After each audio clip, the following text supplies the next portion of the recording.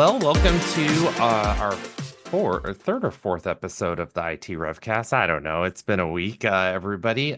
Super excited to be back recording. We have some great guests this season lined up already. And while Daniel's not here, we are going to have some special co-hosts joining me in the very near future, a voice that you guys are all familiar with. So look forward to that. Uh, and let's jump into today's hot topic. So I'm excited to introduce my guest today. We are here to talk about AI agents and what that means to us in the industry coming up. We're also going to talk a little bit about, those normal hot topics and trends in this segment around staffing, cybersecurity, denials. Our guest today is bringing 29 years of experience in healthcare revenue cycle management space, has collaborated on health information with health information experts, physicians, administrators nationwide to navigate our wonderful strict reimbursement environment, which appears to be getting even stricter now, and funding out there. Is certified in healthcare compliance, is currently the VP of insights at Infinix Health. Welcome, Stuart. Yeah, thanks for having me. It's good to be here, Evans. I'm really looking forward to the discussion today. Yeah, me too. It's when we were prepping it, you triggered all these new terms for me, and I had to go out and do some homework ahead of time, which was Well, great. yeah, sometimes those terms are just pop out of my head. So they call them Newsomeisms. So Well, if I ask you what they mean, it's solely for the listeners sure, sure, today. sure. So, well, I know as we were prepping, we were really chatting a lot about, staffing, cybersecurity, denials. Those, as you and I both have been going to conferences, those continue to be kind of the main at the forefront. And even Becker's just released a new article around regarding cybersecurity and what are some of the hot issues out there. So I'd love to, while we're sticking with kind of that cyber world, get kind of what are some of those trends and things that you're seeing out there and that you've been hearing? Because actually, we go to a whole Sure. different type of host of conferences from each other than we normally would. So I'd love to get your insights on what you're hearing from clients and out there in the industry right now. Right, right. Yeah, and particularly cybersecurity is definitely, top of mind hearing. When I'm attending these conferences, it's and listening to panelists, experts, and even those who are attending. It seems to be, things like ransomware. That's kind of a fear in the back of everyone's mind. Also, the privacy of patient data obviously kind of aligns with that ransomware. And everyone kind of realizes that those who are ransoming data, they're not really after the data. They just want, the money, right? Right. And so it's just a fear that's in the back of their mind because, as we all know, in security with any kind of data, whether it's banking industry, healthcare industry, whatever that industry is, the bad guys just have to be right one time, and we have to be right all the time. And it's really and attacks happen every day. In a lot of organizations that there are many attacks that go, many attacks that are attempted that fail. So there are a lot of successes. I don't think we applaud the successes enough, and illustrate those successes and what happens. Why did they succeed? And I think it just takes a lot of just good old-fashioned diligence. Yeah. Standing guard and putting things in place. And I think another thing that ties to that top of mind is AI, and then introducing the concept of agents, which I know we're going to talk about a bit later. Um, but AI can actually help with compliance and this cybersecurity issue, but it also can be a threat in some cybersecurity issues. So I think those things are very top of mind. Obviously, staffing, denials, denials, and denials. I think, well, I said, what's your top three concerns? And that was the answer someone gave me. And so those are always top of mind. Yeah, I think, even with like cybersecurity in broader sense, right now, like all of our online banking, even as an organization, is done pretty much. I mean, it's funny. I was just talking with my team about a paper check, and we're trying to like locate this paper check that went to an actual lockbox and it needs to be transferred. But even with that electronic payments, we're starting to see attackers even start to isolate down there, where they're able to reroute money from payers and represent themselves as the financial signatorian for organizations. Mhm. So it really does go down into that full cybersecurity isolation of like it's not just about our patient data, it's even about our employee data now, and Mhm. making sure that we know and we have backups and notification processes in place for when there's an event or a potential change or an event that might be a natural state. Like, I mean, we change our um bank accounts and routing, as we bring on new partners, or we change vendors, or bring on a new clinic, and now I have to enroll that new clinic. So Right, what are right. some things around AI that you think that we could be leveraging to help even protect that as we're doing new enrollments or bringing in new staff for enrollments, around securing their data? Right, right. Well, I think there's some, looking at different things, especially with again agents. There's automations, but AI can actually be leveraged to check out the imposters, kind of look at those things that maybe the human eye or human impulse, because a lot of times we act on impulse. We get very busy, we Mhm. become reactionary. So we see an email that looks legit. I get, and now it's in text. I get phishing text. I think the latest one is you've been caught on a camera for, crossing a toll bridge without paying, or something. And it's Yeah, like, I've been I giving don't, that one too. I've never, don't have toll bridges where I live, so that's not a possibility. But we're so impulsive and reactive, we just like, oh, I'm going to take care of this. And then the next thing there's been a breach. And to your point, and I mentioned imposters. There are imposters in the typical phishing, but there's also imposters where they can figure out login credentials. We had an employee at one of the companies I was associated with they actually found out her payment system, her direct deposit. They got into the company system. They found out her login. They changed the routing number to where it was going to go. So, everyone just kind of thought, hey, this is normal. This is great.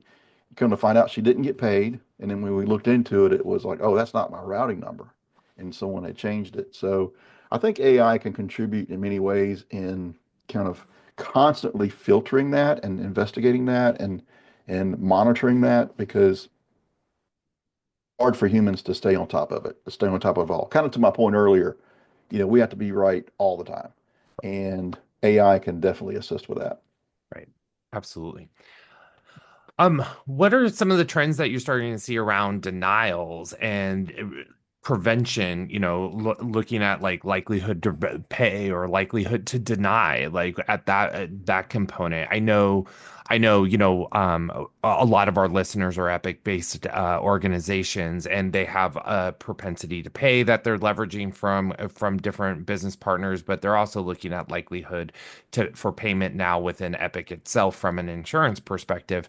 But my question really comes into like, what's the likelihood of denial or even overturning this denial? Because does it make Right. sense for us to be wasting our time to appeal something that we know we're Mhm. never going to overturn, or can I target my team in a different direction? But I know there has to be something out there that I can start to leverage to be able to be better suit and support my teams. Oh, certainly. Yeah. I mean, I know here at Infinix, we're leveraging AI to your point. There's also predictability, really from a denial standpoint. Denial comes in, your most organizations are going to work those denials based on timely filing limits and which is the most revenue.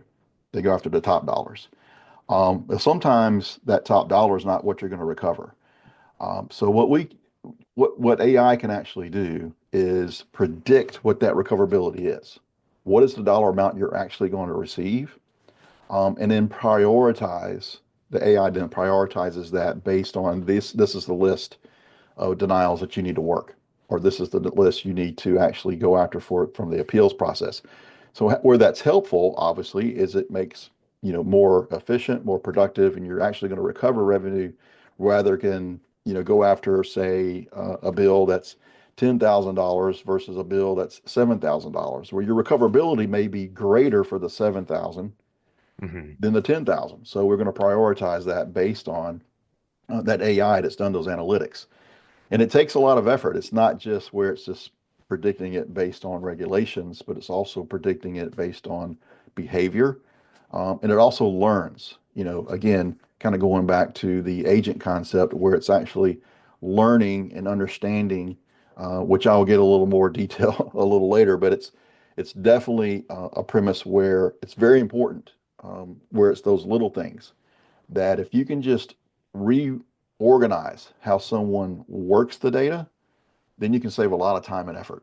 I like to call it intangible profitability, because time is precious, and the more time you spend on something, then you're actually losing money. Yeah.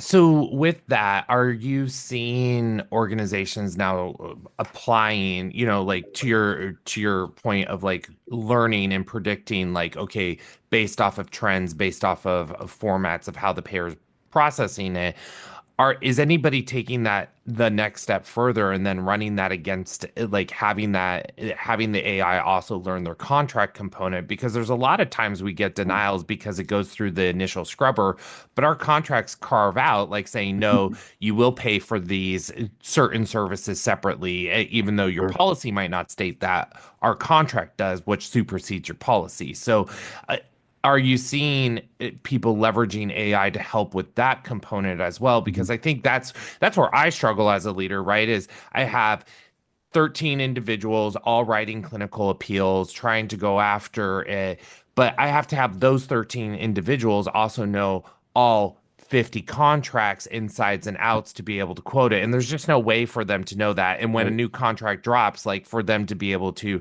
oh, there's new language that says this or that. So how are you seeing organizations trying to tie those two together? Yeah, that's very important because there's, two sides to the coin there. You're actually submitting the claim to begin with, and that could be on average anywhere from $10 to $15 to even submit the claim, the effort and work that goes into that. Then you have the back end where you're reworking a claim that's denied, and that could be anywhere from $25 to $120 to rework that claim based on the amount of effort for that. So first of all, you're paying to have that claim submitted to begin with. And I'm not saying don't file a claim, but you can have AI do what I call denials prevention, where it's learning from the denials and then applying it on the front end within the revenue cycle workflow. But to your point, even with contracts, it needs to consume those contractual details to where you're actually billing it correctly and appropriately based on the contract. Because medical necessity, I'm a true believer in clinical medical necessity. Physicians know that if a patient comes in with this diagnosis, this is what's necessary to correct that patient's problem. However, payers have these contracts with some, regulations where they may not pay for a certain test or a certain procedure. Maybe they want a less evasive test or a less expensive test. Let's go ahead and be honest. So, so they'll have these regulations with that contract that limit the ability for the patient to actually get the treatment that they want. Um, and so understanding that beforehand, because you go through the trouble of filing that claim and then you get denied because it's not, a contractual responsibility or contractual obligation. That's the reason it's being denied. You could have avoided that to begin with, knowing that. And then on the flip side, you can actually correct that claim or deny that or appeal that claim and know whether you need to do that or not based on the contractual information. The AI can still reference that and go, well, we probably shouldn't appeal this because we're contractual obligated. This is the way it needs to go. Absolutely. All right, well, let's take a quick break and we'll be right back. There are thousands of medical offices and facilities across America, each navigating through changing regulations and reimbursement models while striving for positive patient experiences and outcomes. A common element in each of these facilities is patient access, the front line of both the revenue cycle and the patient experience. Though diverse in facility size and geography, patient access professionals unite around a common purpose: enhancing the overall patient experience to increase patient satisfaction and outcomes. Through it all, one organization is there to educate, connect, inform, and pave the way toward the future of patient access. The National Association of Healthcare Access Management recognizes the changing role of patient access professionals and their increased importance. And we're back. All right, so Stuart, let's dive into the meat and potatoes here now. So, uh, right before the break, we started alluding to the buzzword AI agents. What are these agents? Because I could think of it as like secret agents out there, but I'm sure it's something different. So, Right, right. for all of our listeners, let's why don't you dive in and teach us this new buzzword that we probably all are Yeah, going to either start to hear or we need to be advanced and ahead of when we sure, start to engage with new business partners. sure, sure. And yeah, it could be secret agents if you're sending them out to fight cybersecurity or even denials. But I do like that term. Well, and the whole agent process, it's really on one side, it's really nothing new. It's really taking automation, taking AI to a whole nother level where you're in, and here again, I'm going to be making up a phrase, but you're personifying, the digital element, pretty much. Where you're thinking of an agent, you think of something that's a persona. It's actually a person. So now our mind is now shifting from something that's automated, we think of as, oh, that's a computer process. AI even is, say, a computer process. But now with agents, it actually replicates what humans can do. If you want to think about it, it's really about how we want to make that agent as much human as possible as far as from a task standpoint. So it's really going to be a game changer, and it is a game changer already. I mean, Salesforce.com has some examples of what they call Agent Force, and there are many others. So essentially, it's taking, say, your automations and just giving it some steroids. So, like from an automation standpoint, I'm just going to, kind of pick on that. You can actually look at it has routines, repetitive, mundane routines that humans just, hey, some automation can do this, and it's going to run through those cycles, and it's just going to, repeat the process. Maybe it's entering information on a website at a payer portal. Maybe it's running. We even do it in our Outlook sometimes. When an email comes in, we want to say, hey, I want this. If it's from this person, I want it to go to this folder. That's an automation. But an agent is now going to be able to understand and reason, so to speak, regarding the task. So say if something changes, for instance, you can have an automation that actually and puts in prior authorization information in a payer portal. And maybe a lot of companies and a lot of providers are already utilizing and leveraging that. But as we all know, or even back into your EHR system, data has to go back into your EHR in whatever format. So we all know that EHRs as well as payer portals may change. They change where the fields are, they move things around, they update things. Well, that automation is going to break. That RPA, so to speak, that bot is going to go, wait a minute, I can't do this because I'm running to a dead end. Well, the agent is going to be able to go in and then recognize, hey, something's changed. Where is this data located now? Oh, there it is. And then they're going to enter that information. So that's kind of the most elementary level that I can think of. There are some more complex things, but it's really about the reasoning and understanding. It's really more cognitive and a personification of, say, what a human resource can do. Awesome. With that, I mean, I think it really comes down to like to your point in Outlook, right? Like I don't think people realized rules are rules and we've been automating things for years. It's just Hmm. on a smaller platform. So now and even then, we're still dealing with patient data and Right, risk. I mean, like I have tons of rules in my Outlook, and I realized one day I was like, hey, nothing's prioritizing right. Like right. this person's email should always come to me, whether it's I have this rule that if I'm CC'd, it goes to a folder because that means that FYI only. So I'll go read it when I have time. Mhm. And But I have a rule that says, hey, if this VP emails me, it always goes to my inbox or should at Right. least flag. And I realized my rules got out of sync when I built a new rule. So I had to go Right. re-engineer and re-automate that. And I don't think people realize like that's just the natural state of working with automation or bots is to and alerts is to have to re-engineer every time that you're doing it. You have to retest it. And sometimes you have to wait until you realize I didn't get that email. What are you talking about? And you're Exactly. like, oh no, Exactly. my rule is wrong. That's all. So let me fix that.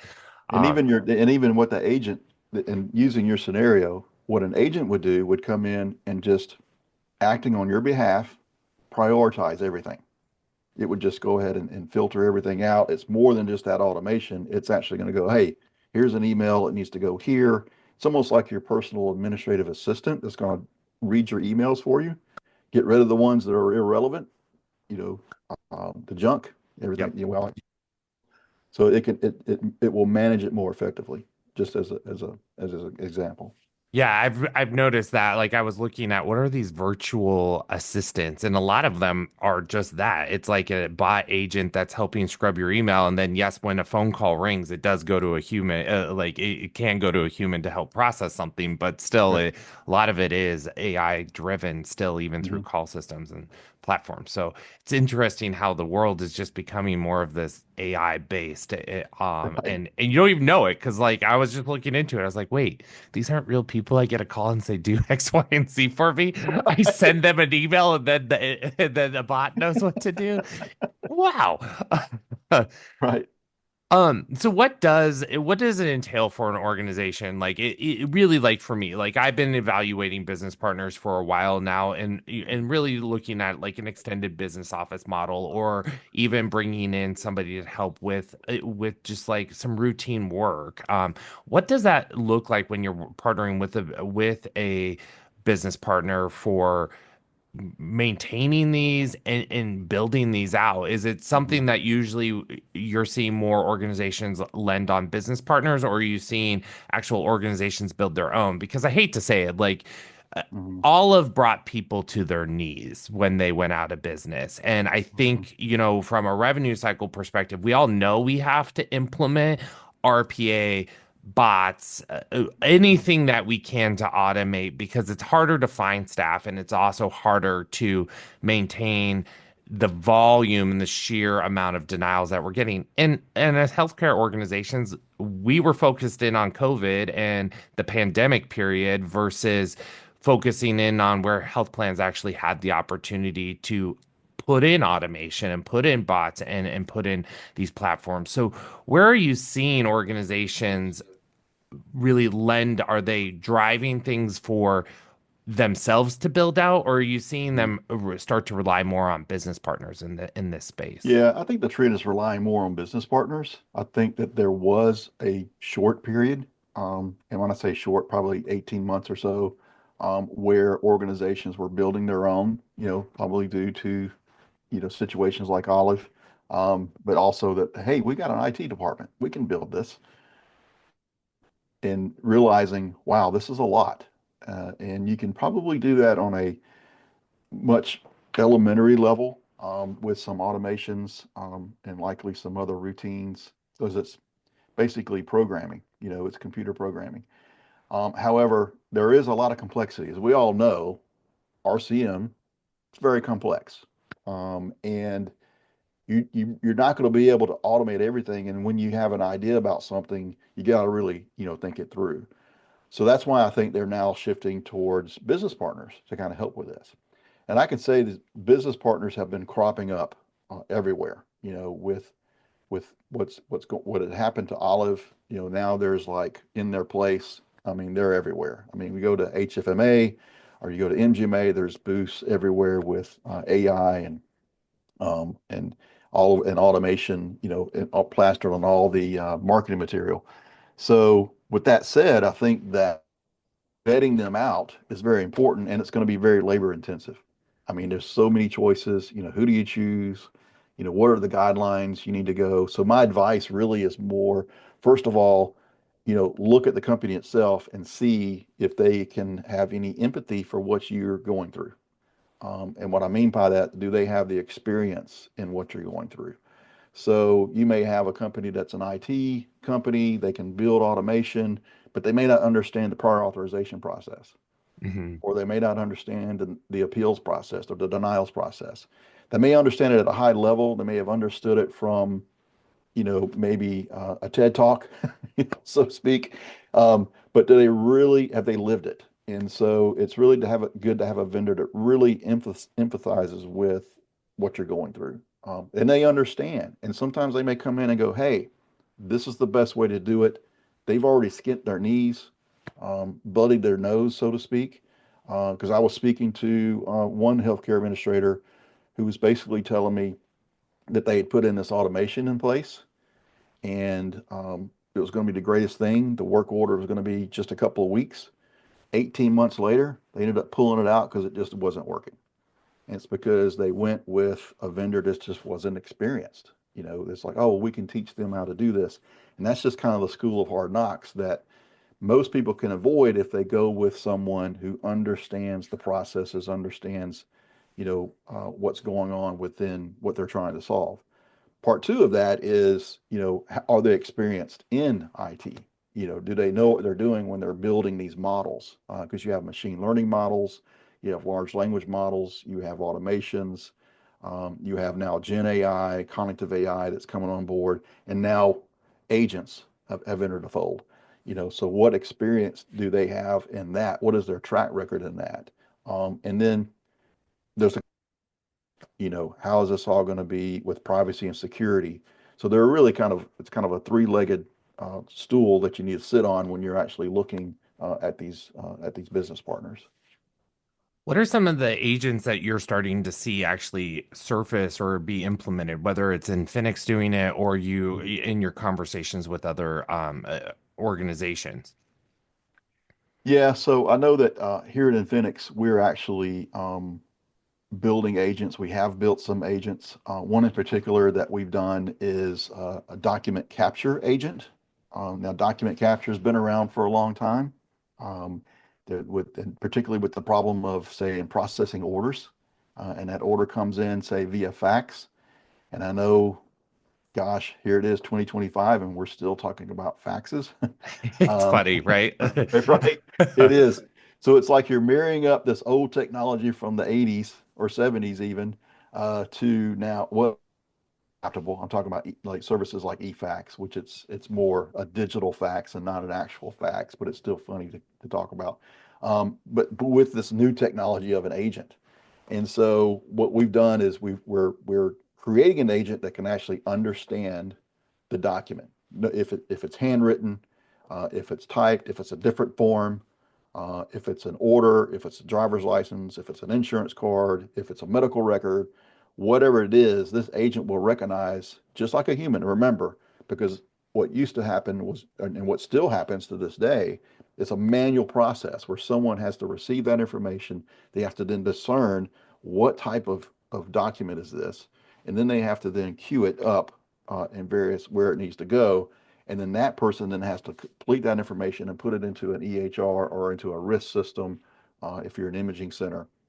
And so in the past, OCR came along and was helping with that, optical character recognition.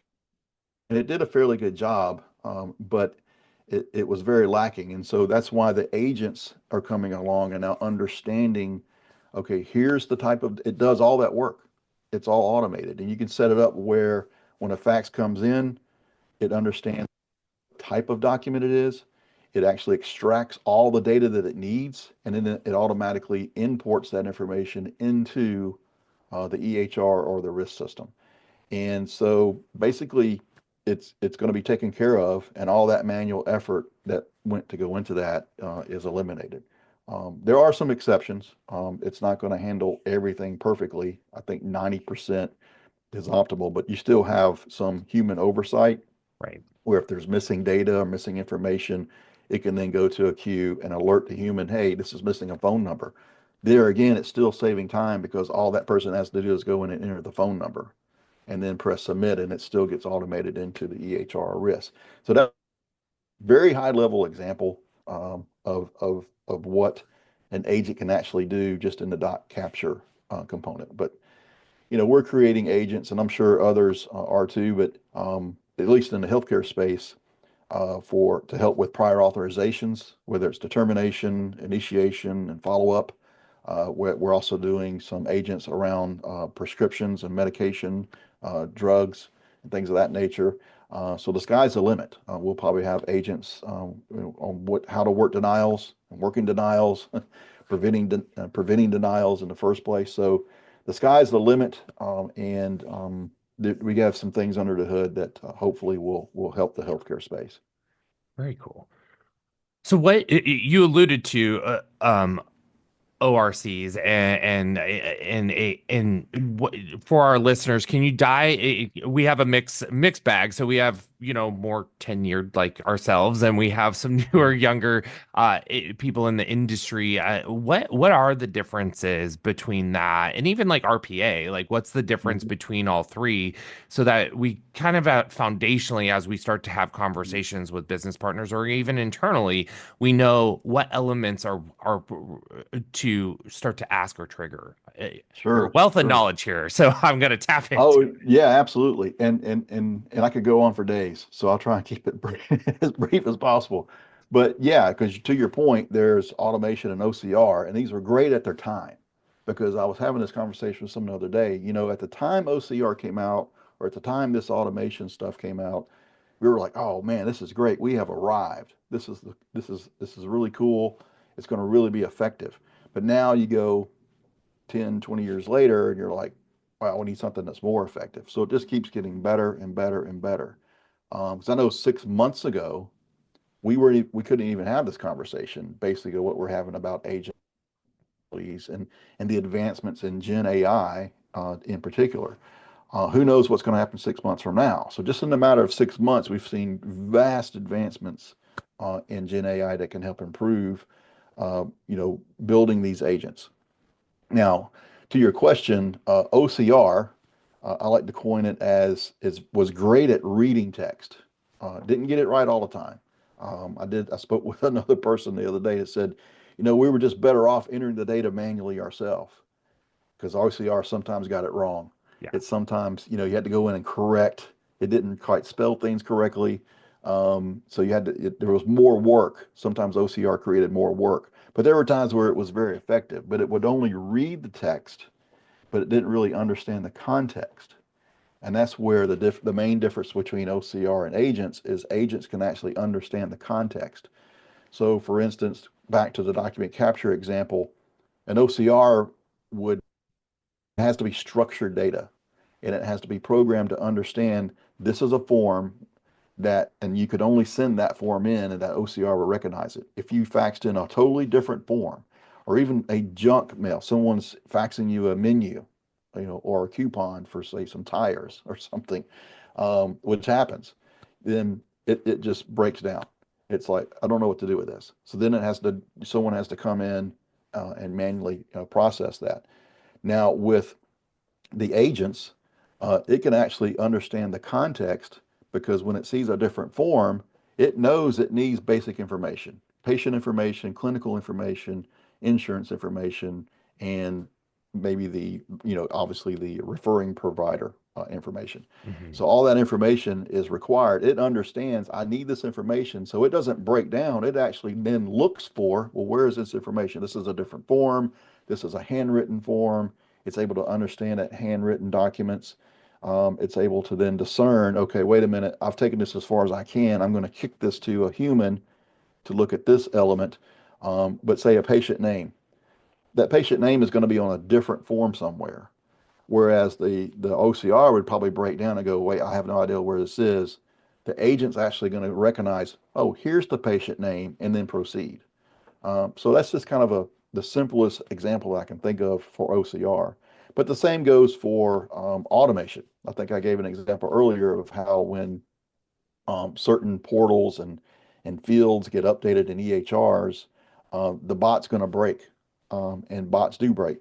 At Infinix, we've been in an automation business for years, and so this is a very common problem that when, say, Availity or Evercore or Waystar or whatever, they've changed things in their portal and it breaks. And so we have to come in and then correct the automation. We have to fix it. Well, with an agent, there's no need to fix it. It's going to understand. Interesting. And then, to kind of add to the human front, it also learns. Whereas with humans, if you're expanding, you may have to, hire additional personnel. And even if that personnel is experienced or not, you then have to still train them in your processes, train them in your procedures, train them in your culture, kind of how you do things. Well, the agent's going to already know that. So when you expand, we can expand additional agents or the bandwidth that that agent can actually take in. It already understands, those processes. Awesome. No, that's super helpful to understand because I understand enough to be dangerous, but not enough to know Right, the whole. right. Um, what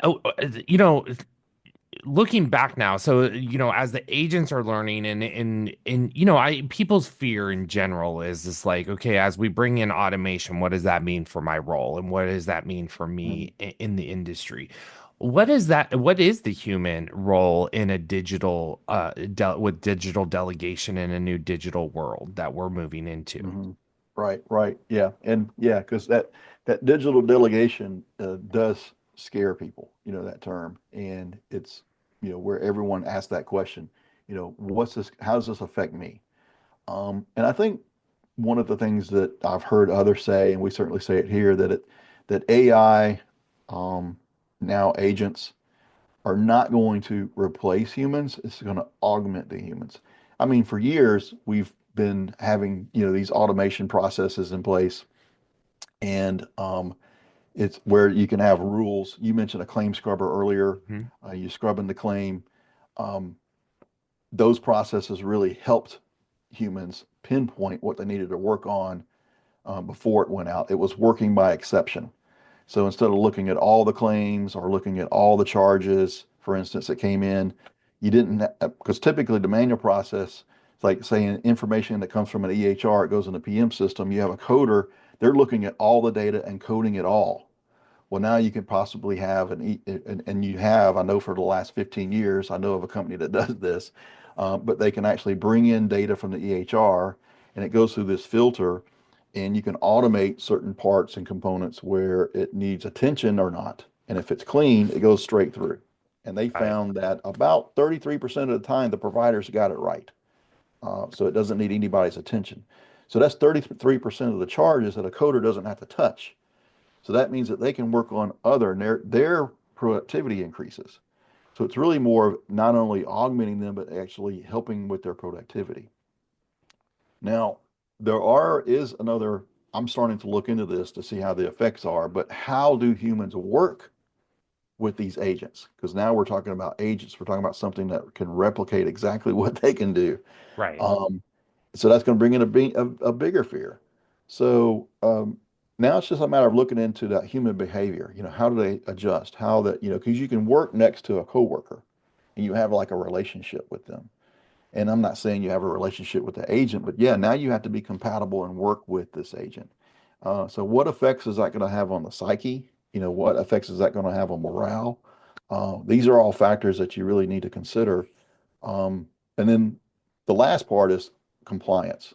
I think that, and maybe we'll get into this a little later, but you can't just let the agent run and then go, well, the agent's got this, it's on automatic, I don't have to worry about it. There's have to be some oversight from a human standpoint. So you could redirect some work, redirect some Mhm. responsibilities within your organization. It doesn't mean you're coming in and letting everybody go, but it's coming in and saying, hey, we're going to make you perform your job better. Absolutely.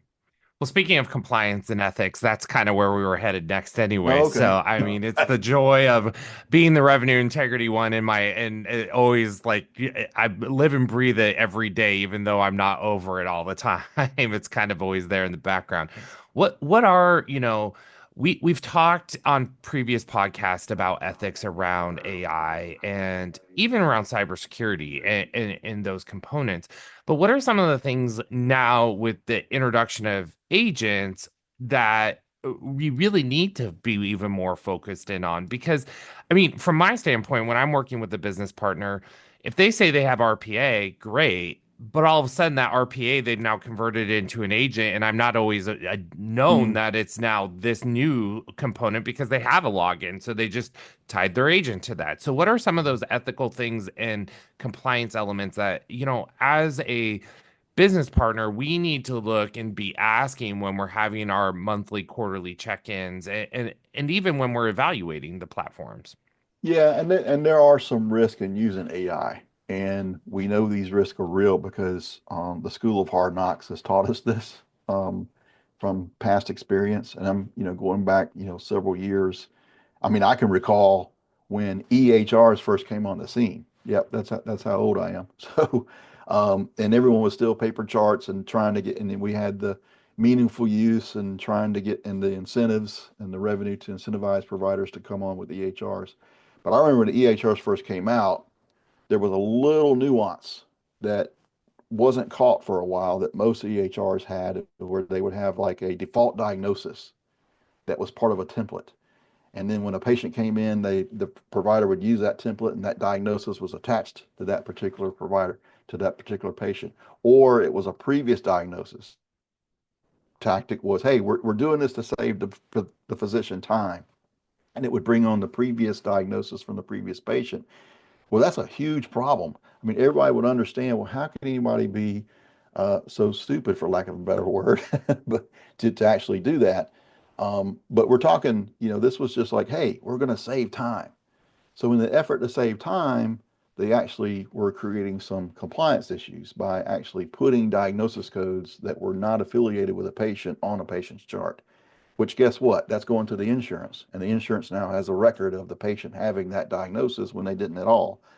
And so that was just a problem that was an actual real problem when this started to occur and be on about 25 years ago or so, maybe longer, when EHRs came on the scene.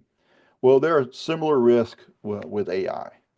There's data integrity issues where some of the data and the decisions that AI was making were based on flawed data sets, um, based on going what it was programmed to do. And those weren't caught in the end, so you had to go in and take corrective action.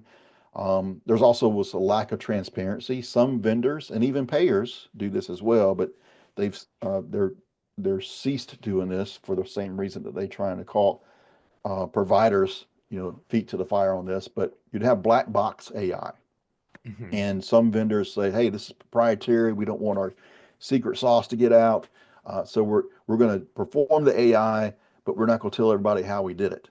Well, if you're ever audited, now the payers are coming in and saying, "Hey, we need to understand how this AI made these decisions." So now there's explainable AI, which is a thing, which can go in and then explain how the AI actually came to the determinations that it did, whatever workflow that was. And then there's also risk and bias. I think AIs are trained, and they don't.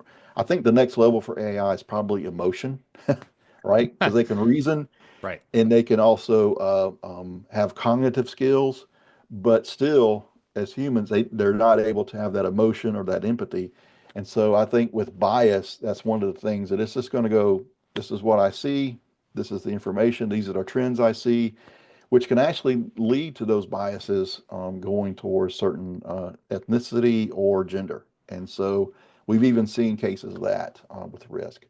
And then there's also oversight gaps. I think I touched on this in the last point, but it's just, hey, set it and forget it type of mentality. The AI's got this. I'm going to move on.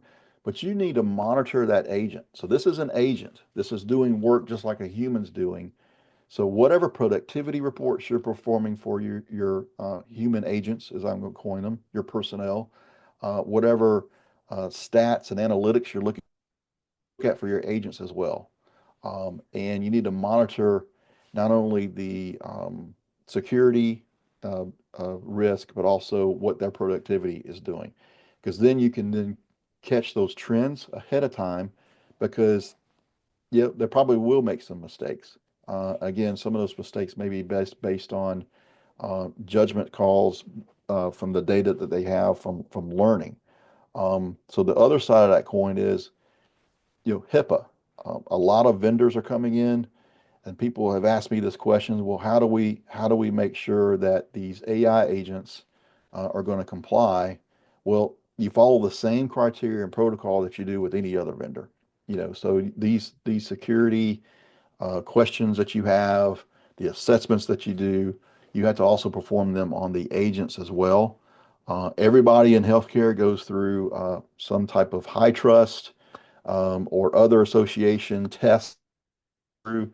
These agents have to go through the same thing. So if you're working with a business department, like we were discussing earlier, it's very important that that element's involved. Are they um, high trust certified? Some other security companies and advocacies, or do they have those certifications? If they don't, then it's very questionable. Right. So you really don't have to change anything from a HIPAA standpoint and privacy and security. You just have to be diligent not to forget the agents in that equation.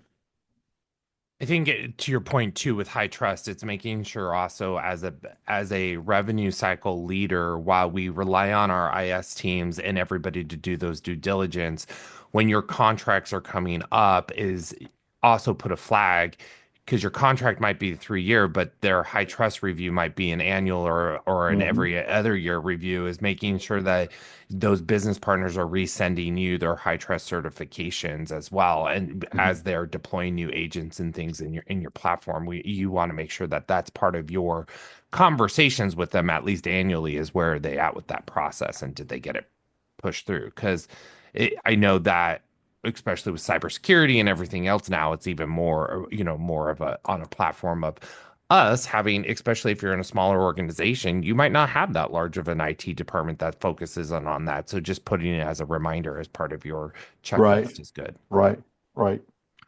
Well, let's run into another quick break and we'll be right back. Claim Capital is a team of ex-Epic staff focused on preventing denials. Instead of showing what was denied, which is the standard for other solutions available today, Claim Capital pinpoints why claims are denied. By training machine learning models on an organization's claim and remittance data, Claim Capital can identify the causes of denials and recommend changes in EHR build or workflows to prevent them from happening in the future. With a completely HIPAA-compliant infrastructure, no software implementations, and a zero-risk pricing structure, organizations can quickly and safely recover lost revenue. And we're back. All right. Well, it's time for our final segment of the podcast, which is our Wilshire Lab. First, I want to plug for everybody. Please, if you have questions from previous seasons, questions from today's episode, submit those to us. I will have our experts here at the Wilshire Group, or even our guests, respond to you and get back to your questions, and then bring those questions here back onto a future episode to share with everybody. But in lieu of questions today, and so you're keeping with a tradition Daniel and I have, we really want to know what drove you to work in the healthcare industry. Oh, nice. Yeah, I kind of backed into it. So it's an interesting. I was actually in the restaurant business, believe it or not, Oh, many years wow. ago. And I was in the restaurant business mainly. Yeah, I had been in the Marine Corps for about a period of time, and just went to the restaurant business. And actually, my brother was in the restaurant business. He's actually a chef, has owned a few restaurants, um, but never worked for him. But then I got married and moved to my wife's hometown, and newlyweds, starting fresh. I think I wanted to have something, a little different. But while I was looking for that something different, I needed a job. I needed to support a new wife, start a family. All the American dream stuff, right? And so I'm a believer that you just got to work. So I just went out and got a job anywhere I could find it. So I got a job working in a warehouse at a company called Unicorn Medical, and they were publishers of ICD-9 books. Yes, I said Wow. ICD-9 books. PT books from the AMA and how to code and all that stuff. So while I was kind of working in the warehouse, you had some downtime. And so I would read the books. I started kind of reading the books and understanding those books and understanding coding, understanding reimbursement, the whole system of RCM. It wasn't even called RCM back then. But yeah, just trying to understand all of that. And then a job opening came up within Unicor as a sales assistant. So I applied for that. They were blown away that this guy from the warehouse had so much knowledge, about coding and everything. And so got that job, and it just advanced. Was with through a lot of mergers and acquisitions and things like that. Was with that organization combined a whole 28 years, and through that process just really learned a lot. Ended up being VP of business development, and then VP of RCM Insights with that as well. And now, came and transitioned over to Infinix just in the last year, to sharing my wealth of knowledge to the team internally regarding RCM, and also educating our clients and customers. So it's really been a long journey. It's a very interesting journey. I never woke up one day and I'm going into healthcare. It's like healthcare came to me and kind of grabbed me and said, we got you. And so that's kind of that's my story, and I'm sticking to it. So That's very cool. Yeah, I grew up in healthcare, so for me, it's like it's always been in my right. DNA and journey. So it's very interesting. Looking back on your career and going back, if you could offer yourself one piece of advice, what would that be? Oh yeah, I think definitely just learning more, but having a mentor. And I was blessed with having, you know, at least three mentors. And that really taught me a lot. Yes, I took the initiative and learned some things. It does take just digging and always being hungry for more knowledge. I'm always hungry for knowledge. I enjoy reading in general.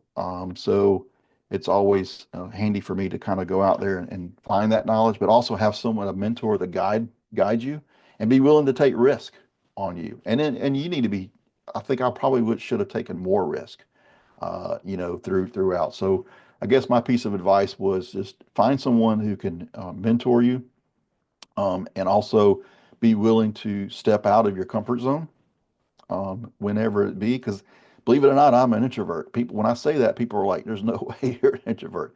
But because now I'm, have a podcast as well, and do webinars and do public speaking, and I still get terrified every time, but it always comes through. But it's stepping out of that comfort zone. Like if I go to a conference, everyone, I end up being in sales. I was like, if I'm going to survive, I got to go talk to these people. Right. And actually, it is against my personality just to walk up and talk to people. But I'm able to do it, just to kind of step out and take that risk. And I end up, having a good time, meeting a lot of good friends over the years, um, and just really just being yourself, and understanding that everyone, we're kind of all in this together, and really understanding that whether it's a vendor, whether it's a provider, we just need to kind of help each other, solve the problems, the big picture. To me, it was more than just money. It was more about the relationships. And looking back, I didn't know what I was doing it then, but looking back, I can go to my LinkedIn profile, and there's just so many people that I really truly call friends. And that's the most important thing, that, almost 30 years now in the industry, and just knowing that how blessed I am to have, all the contact. They're not just contacts, they're friends. Yeah. Yeah, absolutely. I agree. And I think mentorship is so key. So for listeners who are looking for a mentor, if you can't find one on your own, and you're an HFMA member, annually they do the art of mentorship, where mentees and mentors get paired together through like things. So you can sign up to be either one, but it is a great platform just to even get you introduced to what a mentor is, actually. So Mhm. I wish I've had several in my career as well, still to this day, but I think it's what's blessed us to be able to feel like you could take a risk even in Right, that. right. Well, we are nearing the end. So, Stuart, how if a listener has a question for you or wants to get in touch, what's the best way? Yeah, well, there's really, two ways. My email here at Infinix is Stuart, it's Stuart dot Newsome, Newsome, at Infinix.com.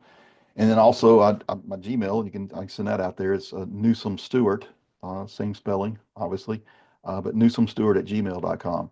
And you can reach out to me on LinkedIn. Look me up, Stuart Newsome on LinkedIn. I do like to respond to any messages out there on LinkedIn as well. So Be happy to answer any questions or give you any more insights on anything we've said today, or just discuss anything in revenue cycle or anything in life in general. Just reach Awesome. out. Plug your don't forget to plug the podcast too for yourself Oh there. yeah, exactly. Yeah. So you can actually find, we do have a podcast in Infinix. It's called Revenue Cycle Optimized. We do have various formats. We have a webinar that we produce each week called Office Hours, and we have certain subject matter experts that come on to that office hours. We do repurpose that webinar for our podcast, but we also have another mini little segment called RCM Minutes that is just a little 5-minute segment. And then we have RCM Insights, where we take SMEs that just little conversations that I pick up, whether it's internal and the clients. It's not an official webinar, but we edit out all the good stuff, or edit in all the good stuff, and then repurpose it for a podcast. So there's some good insights that come just from random conversations that I have that are recorded. Awesome. Well, listeners, that's it for us today. Stuart, thank you again for taking time out of your schedule. Everybody go check out their podcast. I definitely I signed up after I heard about it, so I've been listening in myself. And today, if you guys want to learn more about AI agents or AI in general or denials prevention, feel free to shoot those questions over to us here at the pod. And that's it for us today. Bye bye.